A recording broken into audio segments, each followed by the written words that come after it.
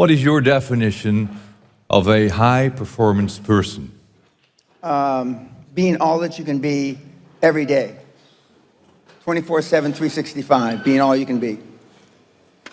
If we would like to improve the quality of our lives, personally and professionally, what would be your advice? What can we do? What is most important? Well, the most important thing is self-esteem. The people that we read about, the people that we admire, the Elon Musks, the Steve Jobs, the Warren Buffetts, etc., all have one thing in common. They have extremely high self-esteem. And of course, you've heard me say this before, self-esteem is built the first 7 or 8 years of life. And unfortunately, we're with our parents the first 7 or 8 years of life. Ergo, we don't have too much high self-esteem. But to build high self-esteem, and the way you build high self-esteem, if you're 25, 35, or 45, is to be around, surround yourself with other people that have high self-esteem. Show me your friends and I'll show you your future. And so you can reverse your childhood by who you associate with. How do you do that? Well, you find people that are where you want to be, but they're already there. You're 22 years old, you're 32, you're 41 years old, and there's a guy or a gal who's 45 years old who is where you want to be. They've accomplished a lot of things. If you're into, they're saving the world, they're using their money for good causes, go associate with those people. Be around those people. And they're easy to find, but they're not going to knock on your door. They're not going to come to your apartment or your flat and ask you, oh, can I help you? And again, the best tool I've ever seen, and it's like it was designed for this, is LinkedIn. It's the best social media tool there ever was for what we're discussing. And you can find these people. Now, just remember, everybody that's on LinkedIn, all the, 20 million or whatever people that are on LinkedIn are all there for one reason. They're there because they want to do business, they want to meet people. Unlike some of the other social medias like Facebook or Twitter or, and I don't even know the names of the others, but I mean LinkedIn, they're there for a common purpose. They have a common bond, they have a common goal. They want to expand their horizons, and it's a great tool. But you say it's so easy? No, it's not. No, I'm not saying it's easy. I'm saying that makes it easier, that tool. But there are other people that want to be all they can be. There are other people that want to expand their horizons. Gallup did a poll in 2016, worldwide, 87.6% of all the people on the planet, 87.6% of all the people on the planet are unhappy. I'm going to say it again because I know these are Dutchmen, right? 87, we'll just round it off. 87% of everybody that walks the face of the earth, 7.65 billion people, are unhappy. So what went wrong? Well, I mean... Where did it start? Well, if you were born in Biafra, I mean, the odds are against you. But if you were born in the Netherlands, which a lot of you were, rightly or wrongly, you had a better chance, a better opportunity than the poor kid born in Biafra. Okay? What have you done with it, if anything?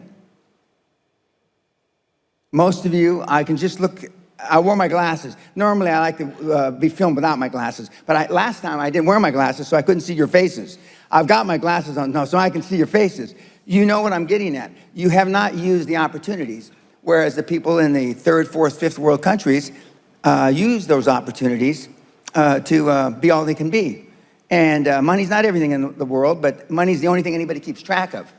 And so you can use that money that you make, as the Gates are doing, in trying to save the earth, to save the world, and to do good. But it all starts, you have to be serious about it. Most of the people that are engaged in personal development, for example, aren't serious. They're just, it takes up 3 or 4 or 5 hours of their time a week, and so they're fiddle farting around and they're not taking it serious. If you want to take it serious, Michael is a successful mentee of mine, and you wouldn't be here if it wasn't for he putting on these kinds of events.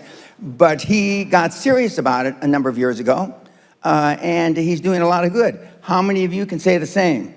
How many of you can say that you're serious about it? How many of you can actually say that you're trying to be all you can be? Now, I won't insult you by asking you to raise your hand because you'll just lie. We all know what the real answer is, don't we?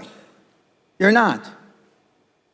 And so if you want to be all that you can be, and if you want to be a high-performance person, and you don't have to be, 98% of all the high-performance people on the planet are introverts. I'm going to say it again slow because they're Dutchmen, right? 98% of all the people on the planet that are high-performance are introverts. Elon Musk, Warren Buffett, Bill Gates have something in common. They're introverts, just like you. What means? Maybe we have to explain this more. Okay. Introverts meaning that you don't say what you really feel. Introverts is you don't act as if you really wanted to show the person that you disagree with them. Introverts are when your parents were telling you shit when you were growing up, you just put your head down and kept your mouth shut. And that's why you're introverted now as adults. As you can plainly see, I wasn't raised that way. My father said, if you've got something in your mind, it should come out of your lips.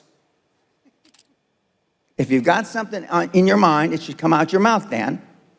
And God knows, I took it to heart, and I've lived that way all my life. At the TED Talk I gave a couple days ago, which Michael was there to talk to the kids, it was quite interesting when I told them that I've been talking like this since I was a teenager. I've been talking shit since I'm a teenager. Which is some time ago.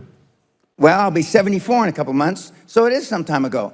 But the point is that I had self-esteem. I didn't know till I got grown up and was an adult that everybody didn't have self-esteem.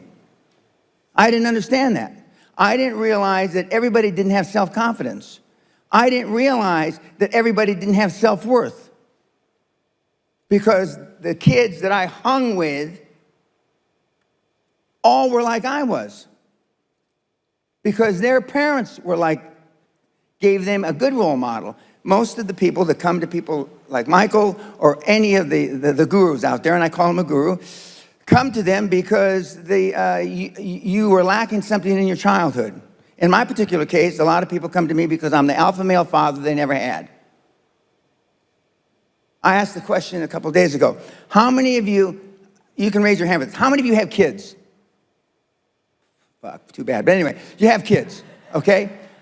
Don't raise your hand now. How many of you would like to have your kids grow up just like your parents? You know the answer, don't you? Close to zero. Because they were shitty role models. Now, I'm not going to ask the second question. How many of you would like your kids to grow up and be like you? Allah forbid. God forbid. But being a high-performance person is a full-time job. Michael's known me over 20 years. I'm like this when I wake up in the morning to brush my teeth. I'm like this when I brush my teeth before I go to sleep. I'm like this 24/7, 365, and I've been like this for the better part of 50 years. I'm always like this. I'm always pushing the edge of the envelope. And that's why, I'm an overnight success. I've been doing this, I've been coaching 25 and a half years, but all of a sudden I'm popular as hell, but I've been doing this for 50 years. I have the same habits today as I had 50 years ago. The exact same habits. But they're just ingrained in me. They're ingrained in me. And for those of you that have never been around the high-performance people like I just alluded to, the Warren Buffetts, Elon Musk, God rest his soul, Steve Jobs, who I happen to have known, they were like this 24/7, 365. It wasn't an act. Now, I know Michael's like this all the time, but he and I both know people that are considered gurus, that they have a stage face and they have their real face. They don't walk their talk. And part of being a high-performance person is walking your talk. Walking your talk. And I know Michael does, otherwise I wouldn't come here and assist him. Because I get a lot of invitations from a lot of different people And almost all of them I turned down because I know the guru isn't walking his talk. The guru is being phony. The guru is being disingenuous.